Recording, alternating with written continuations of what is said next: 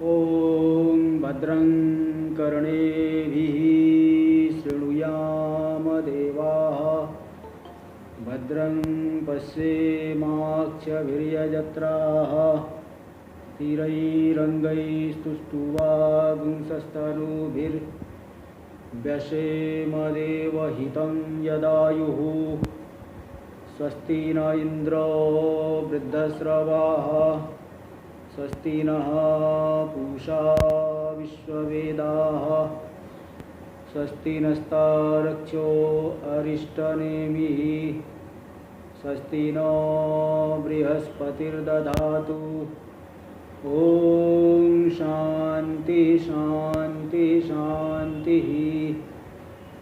शङ्करं शङ्कराचार्यं केशवं बादरायणं सूत्रभाष्य कृतौ वन्दे भगवन्तौ पुनः पुनः। ईश्वरो गुरुरात्मेति मूर्तिभेदविभागिने व्योमवद्व्याप्तदेहाय दक्षिणामूर्तये नमः। ॐ शान्ति शान्ति शान्तिः। अथर्ववेदीय प्रश्नोपनिषद के पंचम प्रश्न पर हम लोग विचार कर रहे हैं। यहाँ पे जो ओंकार उपासना के फल के विषय में प्रश्न किए कि मरण काल पर्यंत तक अगर कोई साधक ओंकार उपासना करता है उसे कौन से लोक की प्राप्ति होगी। तो यहाँ पे ओंकार पहले तो बताए कि पर ब्रह्म और अपर ब्रह्म दोनों की प्राप्ति का साधन है, दोनों की प्राप्ति के लिए प्रतीक है। फिर ओंकार जो है यह ब्रह्म का एकदम निकटतम आलंबन है। इसको दिखाने के लिए जो एक एक मात्रा की उपासनाओं का भी फल दिखाया गया, तृतीय मंत्र में और चतुर्थ मंत्र में। तृतीय मंत्र में आकार मात्रा के अभिधान को बताया गया और चतुर्थ मंत्र में उकार मात्रा के अभिधान से सोमलोक में स्वर्गलोक में जा करके विभूति का अनुभव करके पुनरावृत्ति की प्राप्ति करता है, ऐसा बताया गया। अब मुख्य जो उपासना है उसको दिखाने के लिए पंचम मंत्र आया है। यह पुनरेतम त्रिमात्रेण ओम इत्येते नैवाक्षरेण परं पुरुषम अभिध्यायित स तेजसी सूर्ये संपन्न यथा पादोदरस्त्वचा विनिर्मुच्यत एवं हवै स पाप्मना विनिर्मुक्तः स सामभिरुन्नीयते ब्रह्मलोकम स एतस्मात् जीवघनात् परात् परं पुरुषयं पुरुषम ईक्षते तदेतौ श्लोकौ भवतः। सामान्य रूप से अर्थ बताया था मंत्र का, फिर भी बता देता हूँ। जो कोई साधक पुनः इस ओंकार को त्रिमात्रेण मतलब तीन मात्राओं से विशिष्ट इस ओंकार अक्षर के द्वारा, यानी इस ओंकार अक्षर को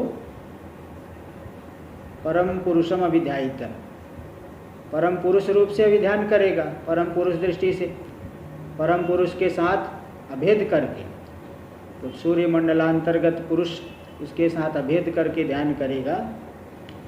स तेजसी सूर्य संपन्न, वह तेज रूपी सूर्य में संपन्न हो जाएगा, एकीभूत हो जाएगा, हिरण्यगर्भ रूपता की प्राप्ति, हिरण्यगर्भ रूपता की प्राप्ति कर लेगा। तो यथा पादोदरस त्वचा विनिर्मुच्यते, पादोदर यानी स्वर सर्प, सर्प जैसे केचुल जो पुरानी जीर्ण तो यथा पादोदरस त्वचा विनिर्मुच्यते, पादोदर जो सर्प है त्वक से विनिर्मुक्त हो जाता है, त्वक से विनिर्मुक्त हो करके जैसे तरोताजा हो जाता है, इसी प्रकार एवं हवै स पापमना विनिर्मुक्तः, वह सभी पापों से रहित हो करके स सामभिरुन्नीयते ब्रह्मलोकम, साम मंत्रों के द्वारा यानी साम मंत्रों के अभिमानी देवताओं के द्वारा ब्रह्मलोक की प्राप्ति करा लिया जाएगा। अच्छा, पहले जो है सूर्य में संपन्न बताए, अभी हिरण्यगर्भ का रूपता की प्राप्ति जो है, अच्छा हाँ वो तो चलो हिरण्यगर्भ रूपता वही बता दी, लेकिन अभी परब्रह्म का साक्षात्कार ब्रह्मलोक में होगा। तो ब्रह्मलोक ले जाया गया साम ऋचाओं के द्वारा।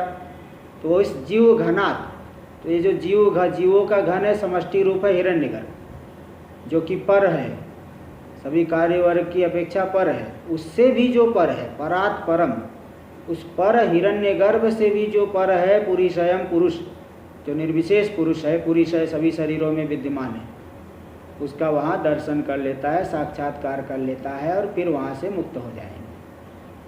तदेतौ श्लोकौ भवतः, इसी अर्थ में श्लोक को बता रहे हैं। ये दोनों मंत्र आगे आ जाएंगे। यही दो आखिरी मंत्र है इस पंचम प्रश्न में, वो आगे आ जाएंगे। देख लीजिए टीका में, एवं ओंकारम स्तुत्वा, इस तरह से ओंकार की स्तुति करके, कि जब एक एक मात्रा के अभिध्यान से भी इतना उत्कृष्ट फल है, तो सिद्ध हो गया कि ओंकार परब्रह्म का निर्दिष्ट निकटतम साधन है। इस तरह से ओंकार की स्तुति करके तदुपासनम परब्रह्म विषयं विधत्ते, ओंकार की जो उपासना है परब्रह्म को विषय करने वाली परब्रह्म विषयक उपासना का विधान करते हैं। देखो यहाँ 5 नंबर टिप्पणी में एकदम स्पष्ट दे दिए, तत्प्रतीकम उपासना, प्रतीक रूपी उपासना है, प्रतीकोपासना है, इसलिए आलंबन शब्द आया है आरंभ में। तो अब देखिए यह पुनः भाष्य में, यह पुनरेतम ओंकारम, जो कोई भी इस ओंकार को, मतलब ओंकार से अभिन्न जो 3 मात्राएं है, त्रिमात्रेण, त्रिमात्रा विषय विज्ञान विशिष्टेन ओम इत्येतेन एव अक्षरेण, 3 मात्रा विषयक विज्ञान से विशिष्ट, यानी तीनों मात्राओं का ध्यान करेगा। विज्ञान का विषय तीनों मात्रा है, तीनों मात्राओं का ध्यान करेगा, तो तीनों मात्राओं से विशिष्ट ओम, इसे एतेन एव अक्षरेण, इस ओंकार रूपी अक्षर के द्वारा परम पुरुषम अभिध्यायित, परम पुरुष का, परम यानी सूर्यांतर्गतम, इसलिए यहाँ परम सूर्यांतर्गत कहने से अपर ब्रह्म को लेना है। अपर ब्रह्म हिरण्यगर्भ, उसका जो है उस पुरुष को प्रतीकेन अभिध्यायित, उस प्रतीक के माध्यम से अभिध्यान करेंगे। तेना अभिध्यानेन, उस अभिध्यान के माध्यम से, अभिध्यान से फिर वो सूर्य तेज रूपी सूर्य में ही संपन्न हो जाएंगे, तादात्म्यापन्न हो जाएंगे, यानी हिरण्यगर्भ के साथ तादात्म्यापत्ति हो जाएगी।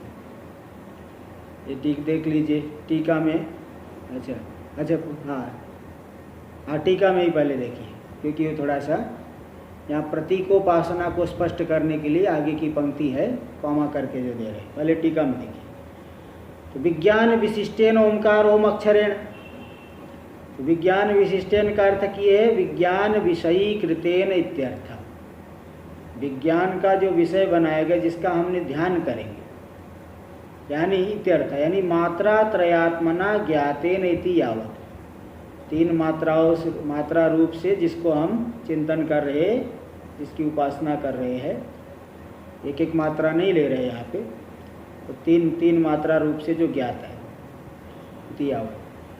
पूर्ववद अत्रापि त्रिमात्रेण इत्यत्र तृतीया मात्रा मकारा उच्यते इति भ्रमं वारयितुम ओम इत्येतेन एव अक्षरेण इति उक्तम।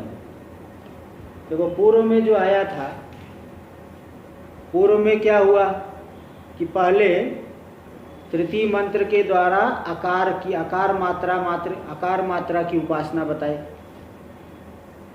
चतुर्थ मंत्र के द्वारा उकार मात्रा की उपासना बताई।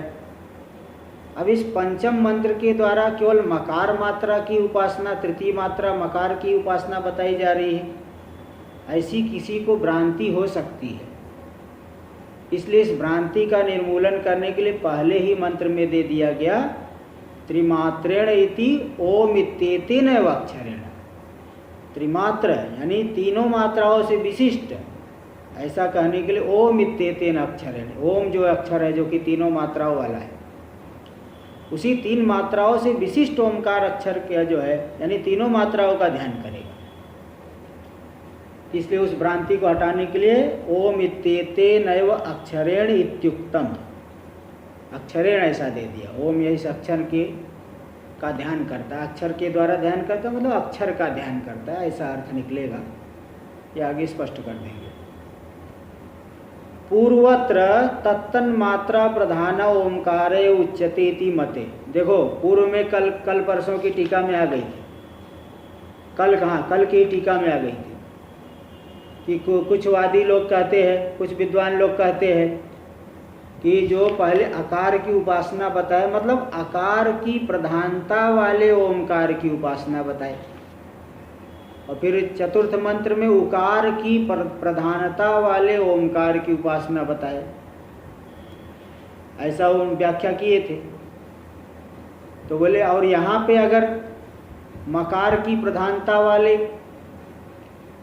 हाँ तो यहाँ पे अच्छा अगर पूरे ओमकार की उपासना करनी है पहले भी, तो यहाँ पे ओम इत्येतेन एव अक्षरेण दिए, वहाँ पे क्यों नहीं दिए? वहाँ पे भी देना चाहिए था।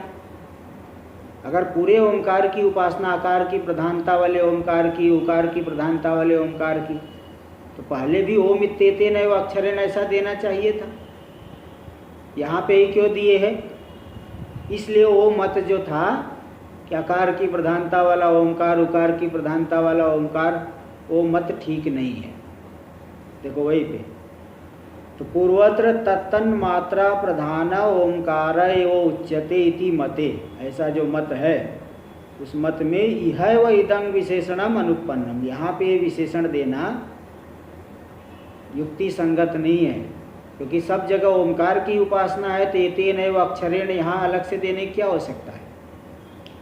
पूर्वत्रापि ओंकार से उक्तत्वात्, क्योंकि पहले भी तो ओंकार ही, आकार की प्रधानता वाला ओंकार, उकार की प्रधानता वाला ओंकार, ऐसा पहले भी ओंकार जब कह दिया गया है तो यहाँ पे अलग से ओम इत्येतेन एव अक्षरेण देने की आवश्यकता नहीं है। इति तन्मतम अनुपपन्नम यो भाति इति, इसलिए जो लोग पहले व्याख्या किए थे, टीका में दिखाई गई थी, आकार की प्रधानता वाला ओंकार, उकार की प्रधानता वाला ओंकार, उनका मत अनुपपन्न, युक्ति रहित, असंगत मालूम पड़ता है, असंगत के समान मालूम पड़ता है।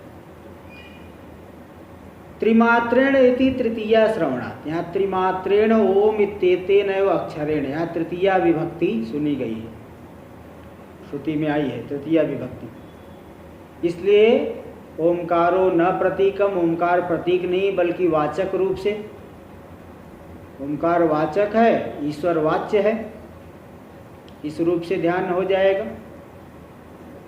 अक्षर के द्वारा अक्षर का ही ध्यान, अक्षर के द्वारा उसका वाच्य का ध्यान करेंगे, तो इसलिए ओमकारो न प्रतीकम, ये अगर ओंकार प्रतीक नहीं है तृतीया का श्रवण होने से, तथा सती विषयत्वेन कर्मतया द्वितीया स्यात्, क्योंकि अगर ओंकार को प्रतीक मान करके हम उसका चिंतन करेंगे तब तो कर्म हो गया, चिंतन का कर्म बन जाएगा, जिसका उसी का ओंकार का ही चिंतन करेंगे ना ब्रह्म दृष्टि से, तो ओंकार तब तो कर्म हो गया, चिंतन का कर्म बना, तब तो विषय बन जाने से कर्म हो गया, कर्म होने से द्वितीया होनी चाहिए थी। इसलिए तृतीया आने से ओंकार का यहाँ प्रतीक नहीं लेना है बल्कि वाचक लेना चाहिए। किंतु अविधायकत्वेन करणत्वम एवं, अविधायक यानी वाचक होने से एक करण, उसमें करणत्व है, तृतीया बला, इसलिए वो वाचक रूप से उसको ध्यान करना है, वाच्य का इस वाचक के माध्यम से ध्यान करना है, तो तृतीया के बल से। इति भ्रमम, ऐसा किसी को भ्रांति हो सकती है, कुछ भ्रम भ्रांति का वारण कर रहे कि नहीं, यहाँ वाचक रूप से ओंकार का ध्यान नहीं करना है बल्कि प्रतीक रूप से ही ध्यान करना है। तो इसी देखो बता रहे, प्रतीकेन ही आलम्बनत्वम प्रकृतम, प्रतीक रूप से ओंकार आलंबन है, पर ब्रह्म का और अपर ब्रह्म का, ये प्रकृत है, ये विचार का विषय प्रकरण आरंभ हुआ है। दूसरा ही मंत्र आ गया था कि एतद् वै सत्य काम परम च ब्रह्म यद ओंकारः। ये सत्य काम, यह जो ओंकार है पर ब्रह्म अपर ब्रह्म रूप है। इसलिए कोई भी विद्वान इस इसी आयतन के द्वारा परब्रह्म को पाना चाहता है तो परब्रह्म के साथ संबंधित हो जाएगा, उसकी प्राप्ति कर लेंगे, और अपर ब्रह्म को पाना चाहते तो अपर ब्रह्म की प्राप्ति कर लेंगे। तो हाँ, आयतन रूप से, प्रतीक रूप से पहले ही कहा गया है ना। तो प्रतीकत्वेन ही आलम्बनत्वम प्रकृतम, प्रतीक रूप से आलम्बन कहा गया है, आलम्बनत्व कहा गया है ओंकार में। ये प्रकृत है, विचार का विषय, प्रकरण आरंभ हुआ है ओंकार से, ओंकार में। परम च ब्रह्म इति अभेद श्रुतिर, क्योंकि अभेद श्रुति आई। परम च ब्रह्म यद ओंकार, जो ओंकार पर ब्रह्म रूप भी है अपर ब्रह्म रूप भी है। यही ओंकार पर ब्रह्म रूप है, अपर ब्रह्म रूप। अभेद श्रुति आई है तो भाई अभेद तो प्रतीक में होता है। जैसे हम लोग शिव बुद्धि से नर्मदेश्वर की उपासना करते, शिव जी अलग खड़े हैं और नर्मदेश्वर अलग है, ऐसा नहीं, अभेद बुद्धि से उपासना करते। शालिग्राम विष्णु बुद्धि से शालिग्राम के अभेद बुद्धि से उपासना करते हैं। तो प्रतीक में अभेद हो जाता है, यानी अलग करके नहीं देखते कि अलग शिव जी अलग खड़े हैं, ये शिवलिंग अलग है। तो अभेद श्रुति आने से प्रतीक कि यह ओंकार पर ब्रह्म और अपर ब्रह्म रूप है, अभेद श्रुति होने से ओंकार प्रतीक रूप से यहाँ पे आरंभ हुआ है। उसका कथन, उपासना का कथन, प्रतीक रूप से उपासना का कथन आरंभ हुआ है। और दूसरी बात आप कह रहे हैं यहाँ तृतीया है, द्वितीया भी कई बार आ चुकी है। ओंकारमिति च द्वितीया अनेकशः श्रुता, पहले ही मंत्र में जो आरंभ किए थे, प्रश्न किया शैव्य सत्यकाम ने, स यो हवै तद भगवन मनुष्येषु प्रायणान्तम ओंकारम अभिध्यायित। हे भगवान, वह कोई भी अधिकारी पुरुष मनुष्य के बीच में मरण काल पर्यंत ओंकार का अभिध्यान करे। ओंकारम अभिध्यायित, द्वितीय आ गया, कर्म रूप से आया, तो ओंकार का अभिध्यान करे। तो ये अनेक बार द्वितीय भी श्रुति गई, सुनी गई है। आयतनेन एकतरम अन्वेति, और फिर और भी कई जगह आया। यदि एक मात्रम अभिध्यायित, तृतीय मंत्र में भी आया द्वितीय एक मात्रम अभिध्यायित। द्वितीय श्रुति जो है अनेक बार सुनी गई है, वो बाधित हो जाएगी अगर वाचक रूप से उपासना मानोगे, अभिधायक रूप से, वाचक रूप से अगर उपासना मानोगे। इसलिए प्रतीक रूप से ही उपासना करनी। ओंकार प्रतीक है, तो परब्रह्म अपर ब्रह्म दोनों के प्रतीक रूप से ओंकार की उपासना करनी है। तो द्वितीय अनेकशः श्रुता बाध्यता अन्यथा, अगर वाचक मानोगे तो द्वितीय श्रुति का बाद होगा, जो कि अनेक बार सुनी गई। और जो आरंभ हुआ है उसी के अनुसार आगे के वाक्यों को लेना ठीक रहता है, आरंभ के अनुसार ले जाना ठीक रहता है। तस्य कर्मत्वेपि कारकत्वेन अभिध्यान क्रिया निर्वर्तकत्वेन हेतुत्वात् तन्मात्र विवक्षया तृतीया उपपद्यते इत्यर्थ। तो अब यहाँ ये शंका होगी कि जब ओंकार प्रतीक है, उपासना का कर्म बन रहा है, तो हर जगह द्वितीय ही देना चाहिए था, तृतीया क्यों दे दिए बीच बीच में? तो बोले देखो, तृतीया भी सामान्य रूप से कारण दिखाने के लिए है ना, हेतु कारणत्व मात्र की विवक्षा से तृतीया भी बन जाती है। देखो, तस्य कर्मत्वे भी, ओंकार तो उपासना का कर्म है, उपासना का कर्म होने पर भी कारकत्वेन अभिध्यान क्रिया निर्वर्तकत्व, कोई भी कारक होता है क्रिया का निष्पादक होता है। देखो 6 कारक होते हैं ना, आप लोग सुने हैं, जानते ही होंगे।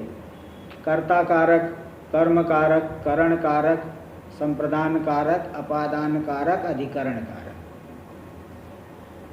कारकत्वम किम? क्रिया निर्वर्तकत्वम कारकत्वम। जो क्रिया का निर्वर्तक हो, निष्पादक हो, संपादक हो, उसे कारक कहा जाता है। वह क्रिया का निष्पादक कर्ता भी होता है, क्योंकि कर्ता ही तो क्रिया करेगा। देवदत्त भोजन पकाता है तो भोजन पाक क्रिया का करता नहीं रहेगा तो कहाँ से पाक होगा। कर्म भी तंडुल को पकाता है, भात बनाता है, चावल बनाता है। कर्म नहीं होगा तो भी नहीं क्रिया निष्पन्न होगी। करण होना चाहिए, अग्नि आदि होनी चाहिए। और कहीं जो दान आदि देना है तो वहाँ संप्रदान, कोई ब्राह्मण दान लेने वाला नहीं होगा तो कैसे आप दोगे। देवता के उद्देश्य से अग्निहोत्र आदि करते, होम करते हैं, तो देवता ही नहीं होंगे तो किसको आप होम दोगे, होम करोगे, किसको निमित्त करके आहुति डालोगे अग्नि में। संप्रदान भी इसलिए क्रिया का निष्पादक होता है।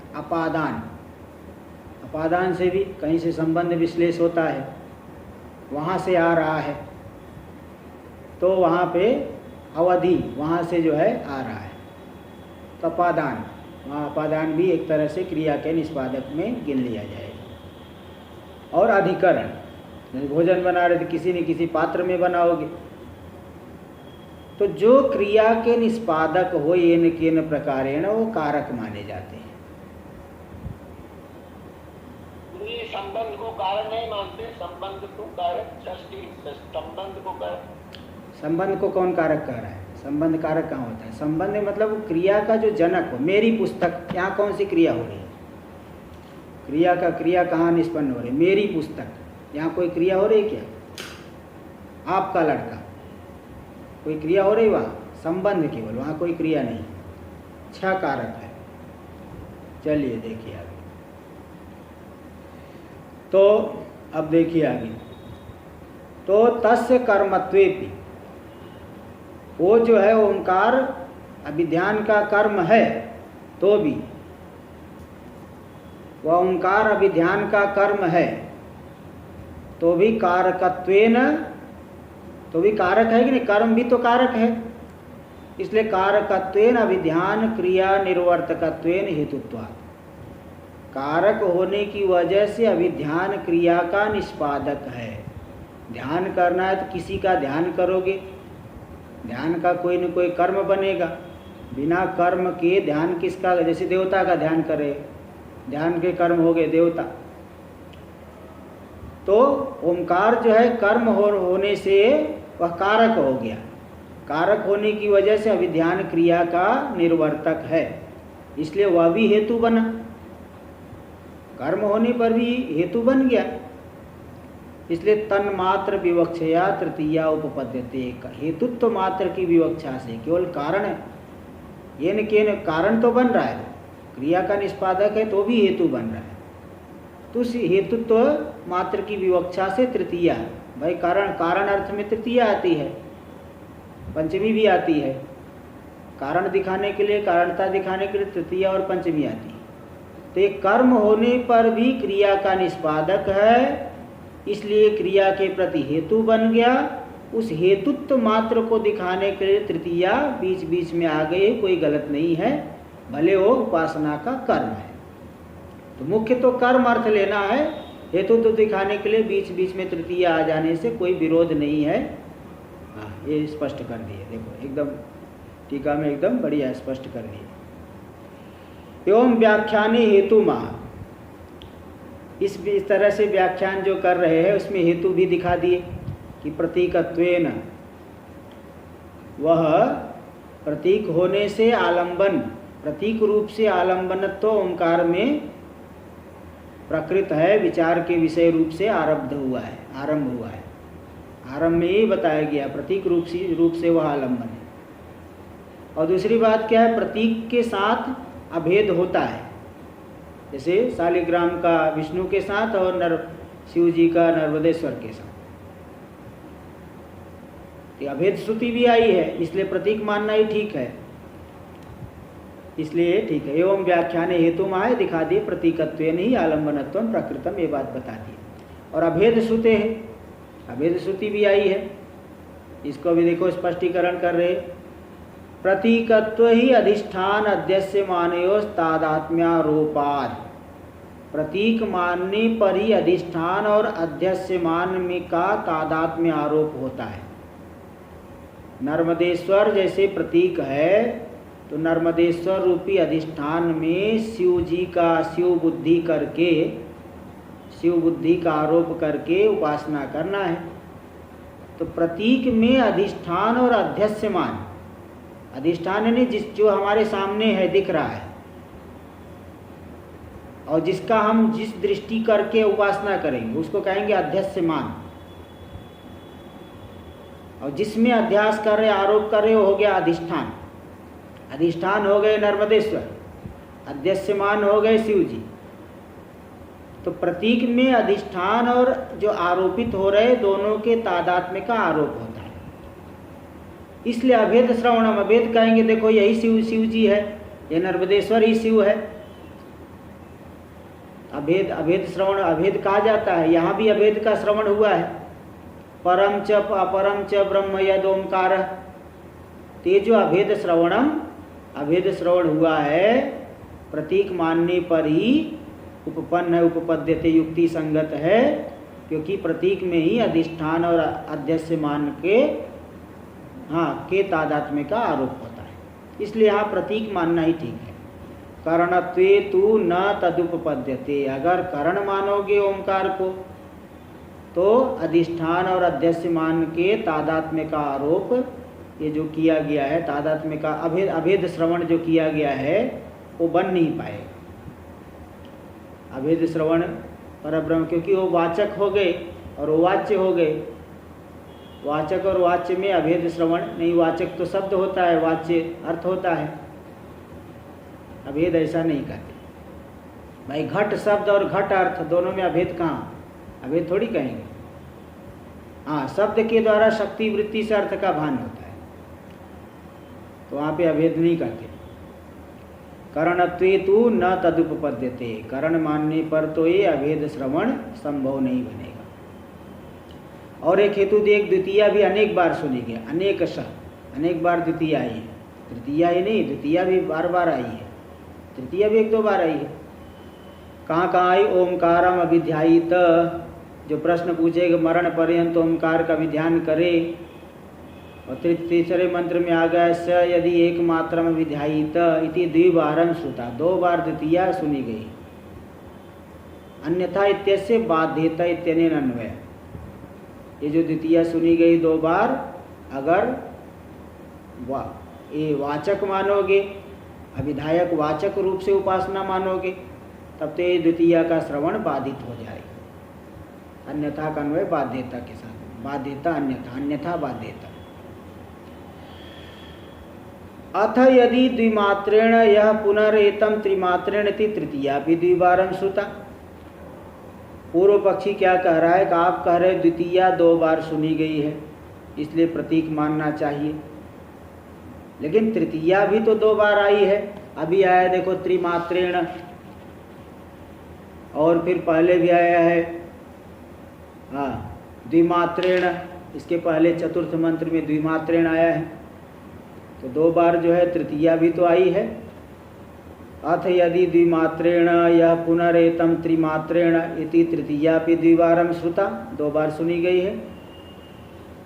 तो हेतुत्वापेक्षया करणत्वेन स्वरसा च कारक विभक्ति, हेतुत्व की अपेक्षा से और करणत्व करण होने से ये कारक विभक्ति स्वरस है, उसका अपने अर्थ में तात्पर्य है, अभिप्रेत तात्पर्य माना जाएगा, लेना चाहिए, करण रूप से लेना चाहिए। तो हेतुत्व की अपेक्षा से करणत्वेन, हेतुत्व की अपेक्षा से करणत्वेन स्वरसा च कारक विभक्ति, हेतुत्व मानने की अपेक्षा करण रूप से कारक विभक्ति स्वरस है, मतलब उसका अपना तात्पर्य अर्थ आता है, अभिप्रेत अर्थ बैठता है, करण रूप से मानने में ज़्यादा अच्छा बैठेगा। ततस्तस्यापि बाधो न युक्त, इसलिए 2 बार जो तृतीया सुनी गई उसका भी बाध मानना तो ठीक नहीं है। 2 बार द्वितीया बता रहे, 2 बार तृतीया भी आ गया। और सामान्य हेतु मानने की अपेक्षा करण मानने पर कारक विभक्ति स्वरस होगी। स्वरस मतलब वो अभिप्राय, वो मतलब उसका वास्तविक अर्थ ठीक ठीक निकलेगा। स्वस्य रसयति स्वरस, स्वर, हाँ, तो मतलब उसका अभिप्राय जो है ठीक बैठेगा तब। इति संकते, ये शंका करी। यद्यपि, भाष्य में देखिए तृतीय पंक्ति, यद्यपि तृतीया विधानत्वेन करणत्वम उपपद्यते। तृतीया का विधान होने से, कथन होने से, तृतीया विधानम यस्य, तृतीया जिसका विधान है, ऐसा जो है उसके द्वारा करणत्व इसमें संभव है। यानी तृतीया विभक्ति के द्वारा उसमें करणत्व संभव है। तृतीया का कथन हुआ है, तृतीयांत पद का वहाँ उच्चारण हुआ है, इसलिए करणत्व संभव है। तथापि, फिर भी एक देखिए मुख्य एक न्याय यहाँ बता रहे, तथापि प्रकृतानुरोधात्। प्रकृत यानी जो प्रक्रम हुआ है, आरंभ हुआ है, आरंभ में सबसे पहले ओमकारम अभिध्यायित। अभी मीमांसा आप लोग पढ़े, उसमें आया असंजात विरोधी न्याय। असंजात विरोधी न्याय, जैसे उदाहरण वहाँ आया था, सा वैश्वदेव्यामीक्षा वाजिभ्यो वाजिनम। विश्वदेव याग, विश्व देवताओं के लिए आमीक्षा, आमीक्षा से याग करना चाहिए। वाजी देवताओं के लिए वाजिन से। तो विश्व देवताओं का आमीक्षा अथवा वाजिन 2 में से किसी एक के साथ संबंध कर लो। बोले नहीं, आमीक्षा पहले सुनी गई। जिस समय आमीक्षा सुनी गई वाजिन तब नहीं आया है, इसलिए असंजात विरोधी न्याय से आमीक्षा जो है निर्विरोध रूप से वो उसका विश्व देवता के साथ में अन्वय हो जाएगा। लेकिन जो वाजिन बाद में आ रही, उसके पहले आमीक्षा सुन ली गई, तो संजात विरोधी यानी विरोधी पहले से तैयार है, इसलिए वो कमजोर हो गया। तो संजात विरोधी न्याय ये है कि जिसका पहले विरोधी नहीं सुना गया वो बलवान होता है, और जो आरंभ से ही विरोधी के साथ में पैदा हो रहा है वो दुर्बल होता है। ऐसे जब द्वितीया जब पहली बार द्वितीया आई है, उसके पहले तृतीया नहीं आई है। लेकिन तृतीया जब आई है उसके पहले ही द्वितीया आ चुकी है और अभेद श्रुति भी आ चुकी है, इसलिए वो संजात विरोधी न्याय से दुर्बल हो गया तृतीया। और द्वितीया पहले सुनी गई, इसलिए असंजात विरोधी न्याय से प्रबल हो गई द्वितीया। तो आरंभ में आई, बस यही बात यहाँ पे समझ लेना। मीमांसा के न्याय जो है बहुत जगह लगते हैं। तो जैसे कई जगह आपको देखेंगे, संदिग्धे तु वाक्य से साथ, ये भी मीमांसा का ही सूत्र है। तो कई जगह जो मीमांसा के न्यायों को लगाया जाता है। तो प्रक्रम के अनुरोध से वही असंजात विरोधी न्याय से द्वितीया को मानना ही ठीक है। तो वही बताया कि तृतीया विधानत्वेन, यानी तृतीयांत, देखो टिप्पणी जो दिए थे, तृतीया विधानम यस्य तत्वेन, मतलब तृतीयांत पद बोध्यत्वेन। तृतीयांत पद के द्वारा जो बोधित हो रहा है करणत्व, यद्यपि संभव तो है, फिर भी प्रकृत के अनुरोध, प्रकृत का अर्थ है ना प्रक्रम, आरंभ, आरंभ में जो कथन आया है असंजात विरोधी न्याय से प्रबल है। इसलिए प्रक्रम के अनुसरण करते हुए, आरंभ का अनुसरण करते हुए, त्रिमात्रम परम पुरुषम इति द्वितीया एव परिणेया, जो त्रिमात्रेण है ना, उसका त्रिमात्रम परम पुरुषम इस प्रकार से द्वितीया रूप से परिणाम कर लेना चाहिए। क्योंकि त्यजेत एकम कुलस्यार्थे इति न्याय है। देखो ये भी एक न्याय है, मनुस्मृति आदि में आया, महाभारत में आया है, मनुस्मृति में भी आया होगा, 6 नंबर टिप्पणी में दिए, पूरा श्लोक है। त्यजेत ऊपर त्यजेत एकम कुलस्यार्थे ग्रामस्यार्थे कुलम त्यजेत, ग्रामम जनपदस्यार्थे आत्मार्थे सकलम त्यजेत। कुल की रक्षा के लिए एक को छोड़ना पड़े तो छोड़ देना चाहिए, त्यजेत छोड़ दे। और ग्रामस्यार्थे कुलम त्यजेत, एक कुल का परित्याग करने से अगर पूरे ग्राम की रक्षा होती है तो उस कुल को भी छोड़ दिया जाता है। और ग्रामम जनपदस्य अर्थे, एक जनपद की रक्षा के लिए एक गांव को जो है दे देना पड़े तो दे देते हैं। आत्मार्थे सकलम त्यजेत, किंतु आत्मा की प्राप्ति के लिए तो पूरा संसार का ही त्याग कर दे। इति न्याय से सब, ये जो है न्याय। तो यहाँ पे देखिए कई चीजें आ गई। आरंभ में द्वितीय आया है, अभेद श्रुति आई है, आयतन शब्द आया है, इसलिए प्रतीक वाला पक्ष द्वितीय मानना ठीक है, और तृतीया के लिए तो 2 श्रुति आई है बस, और बाकी और कोई अनुकूल हेतु नहीं मिल पा रहा है। इसलिए तृतीया को द्वितीय रूप से परिणाम कर लेना चाहिए। तो टीका में अब देखिए, टीका में द्वितीय द्वयस्यापि कर्मत्वे स्वारस्यात्, द्वितीय द्वय को का भी कर्म मानने, कर्मत्व में स्वारस्य है, स्व का अभिप्राय है, तात्पर्य विषय बन रहा है। ऐसा नहीं द्वितीय का कर्म नहीं मान के कोई अन्य अर्थ मान लेंगे तो बन जाएगा। कर्म मानने में ही स्वारस्य है, स्व का अभिप्रेत है। और दूसरा कारण उपक्रमस्थत्वाच्च, आरंभ में द्वितीय ही आई, इसलिए तस्यैव प्राबल्यम, इसलिए द्वितीय ही प्रबल है वह असंजात विरोधी न्याय से। इत्याह तथापि प्रकृतानुरोधात्, प्रकृति यानी आरंभ के अनुरोध से तृतीया को द्वितीय रूप से परिणमित कर लेना चाहिए।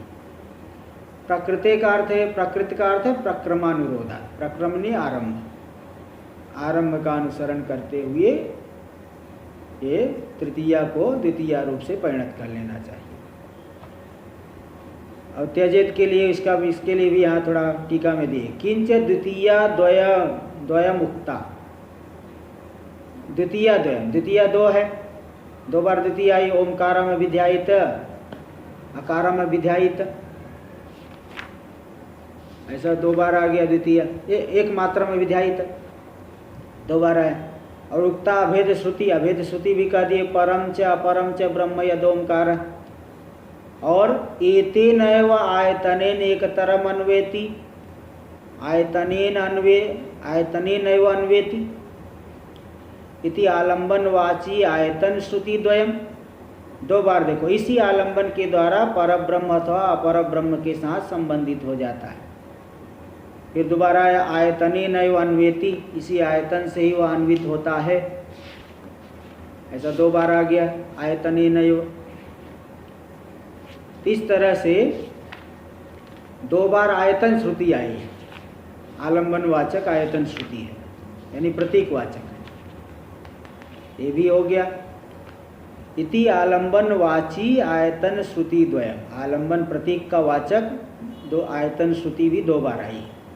इति बहुश्रुत्य अनुरोधेन, तो देखिए पहली बात तो 2 बार द्वितीय श्रुति आई, अभेद का भी अभेद श्रुति भी आई, और आलंबन प्रतीकवाची आयतन श्रुति भी 2 बार है। तो बहुत श्रुतियों के अनुरोध से तृतीया द्वयम त्याज्यम, तृतीय विभक्ति को छोड़ करके द्वितीय रूप से परिणाम कर लेना चाहिए। त्यजेत एकम कुलस्यार्थे इति न्याय, कुल की रक्षा के लिए एक को छोड़ देना चाहिए, इसी न्याय से। भाष्य में देखिए, स तृतीया मात्रा रूपस तेजसी सूर्य संपन्नो भवत, तो जो ऐसा उपासक है, तृतीय मात्रा रूप जो रूप है, तृतीय मात्रा जो मकार मात्रा रूपी जो मकार मात्रा रूप होकर के तृतीय मात्रा रूप होकर के तेजसी सूर्य संपन्नो भवत, तेज सूर्य में संपन्न हो जाता है। अब इसका तात्पर्य देंगे टीका में। ध्यायमानो मृतोपि सूर्यात् सोमलोकादिव न पुनरावर्तते, मतलब सूर्य के साथ अभेद, सूर्य में संपन्न हो जाता, अभेद हो जाता है। तो मतलब इसका तात्पर्य क्या है कि ध्यायमानो मृतो, ध्यान करते हुए मृत होने पर भी जो सूर्य के साथ अभेद हो गया, तो सूर्या सोमलोकादिव न पुनरावर्तते, जैसे पिछले पर्याय में दिखाए थे, उकार मात्रा का भी ध्यान किया था, सोमलोक जा करके पुनरावृत्ति की प्राप्ति किया था। किंतु ये सूर्य लोक में जाकर सूर्य के साथ एकीभूत होकर के वहाँ से पुनरावृत्ति की प्राप्ति नहीं करेगा, बल्कि हिरण ब्रह्मलोक पहुँचा दिया जाए। ब्रह्मलोक ऋचाएँ ले जाएंगी और वहाँ से फिर परम पुरुष का दर्शन करेगा, निर्विशेष ब्रह्म का साक्षात्कार कर लेगा। टीका में देख लीजिए, यहाँ जो तृतीया मात्रा दिए है, तृतीया मात्रा रूप यद्यपि मात्रात्रय ध्यानात् मात्रात्रय रूपित्वमेव तस्य। देखो तीनों मात्राओं का भी ध्यान किया है तो मात्रात्रय रूपित्व आएगा उपासक में, तीनों मात्रा रूप हो जाएगा। तृतीय मात्रा रूप क्यों कह दी? यह तस्य उपासकस्य, उपासक तीनों मात्रा रूप होना चाहिए, एक मात्रा तृतीय मात्रा रूप क्यों होगा? तथापि तृतीय मात्राया एव यह असाधारण्यात्, क्योंकि देखिए पहले जो 2 बार उपासनाएं दिखाए, पहले वाले में आकार की उपासना, दूसरे वाले में उकार की उपासना। अब तृतीय पर्याय में पूरे ओंकार की उपासना दिखा रहे तो यहाँ पे तीसरी मात्रा असाधारण हो गई। उकार और आकार पहले भी आ चुका है इसलिए वो साधारण हो गया, और तृतीय मात्रा यहाँ पहली बार आई है इसलिए असाधारण हो गया। इसलिए तृतीय मात्रा यहाँ पे असाधारण होने से तत्प्राधान्य निर्देशयति बोध्यम, इसलिए उसकी प्रधानता से यहाँ पे ओंकार का निर्देश करके और ये जो है वह उपासक तृतीय मात्रा रूप होकर के सूर्य में संपन्न हो जाए। तृतीय मात्रा रूपे, रूप पाठ लिए प्रथमांत लिए थे, अगर सप्तम्यंत लेंगे, कहीं कहीं सप्तम्यंत भी पाठ होगा। तृतीय मात्रा रूपे सूर्य संपन्न, तृतीय मात्रा रूपेति सप्तम्यंत पाठे तत्सूर्य विशेषणम, तब तो सप्तम्यंत पाठ में वो सूर्य का विशेषण बन जाएगा, क्योंकि मकारस्य आदित्यात्मकत्वादिति, क्योंकि मकार आदित्य स्वरूप है। तो मकार आदित्य स्वरूप कैसे है? तो यहाँ टिप्पणीकार ने दे दिया है कि मकार आदित्य रूप है, इसमें कोई कौन सी श्रुति प्रमाण है वो तो गवेषणा का विषय है, अभी कोई प्रत्यक्ष ऐसी श्रुति नहीं है। भाई बहुत सी श्रुतियाँ लुप्त हो गई है, अभी तो हमारे पास जो है 1180 में से 200-250 शाखाएँ उपलब्ध है, 200-250 शाखाओं की उपनिषद भी उपलब्ध है, इसलिए ऐसी श्रुति होगी लेकिन अभी प्रत्यक्ष नहीं है। इस समय प्रत्यक्ष श्रुति वो मतलब दिखने में नहीं आती। 6 नंबर टिप्पणी में इसलिए दे मकारस्य आदित्यात्मकत्वादिति श्रुति वचो अत्र मृग्यम, इस श्रुति वचन को मृग गवेषणीय है, ढूंढने योग्य है। वो तो बहुत बड़े विद्वान थे, विष्णु जो अपने षष्ठ पीठाधीश्वर जी महाराज, विष्णु देवानंद गिरी जी महाराज नाम था, विद्यावाचस्पति उनकी उपाधि थी।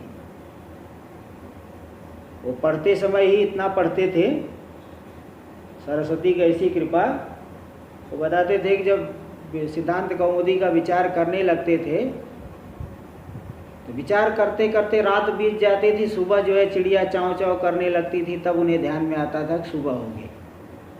इतना मतलब विचार करते थे, इतना डूब जाते थे, बहुत बड़े विद्वान थे।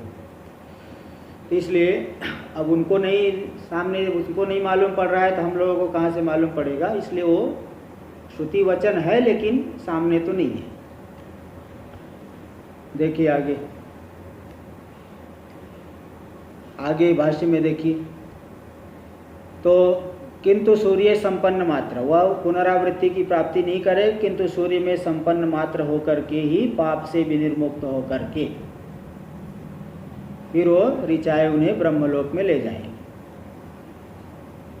भाष्य में देखिए, यथा पादोदरः सर्पः पादा उदरे अस्य इति पादोदर, जिसके पैर उदर में ही पैर होता है, पैर में उनके सांप के पेट में ही कुछ पैर जो थोड़ा सा खुरदुरा होता है उसी से वो चलता है, वही पैर हो गए। जिसके पैर पेट में है वो पादोदर हो गया सर्प। जैसे सर्प त्वचा विनिर्मुच्यते, त्वक से केचुली से रहित विनिर्मुक्त हो जाता है।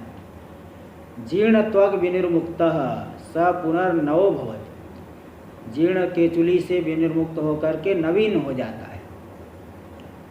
एवं हवा एस, इसी प्रकार यह जो उपासक है, जैसे यथा दृष्टांत, जैसे दृष्टांत दिए, इसी प्रकार उपासक भी सपापमना सर्पतक स्थानीय अशुद्धि रूपेण विनिर्मुक्त।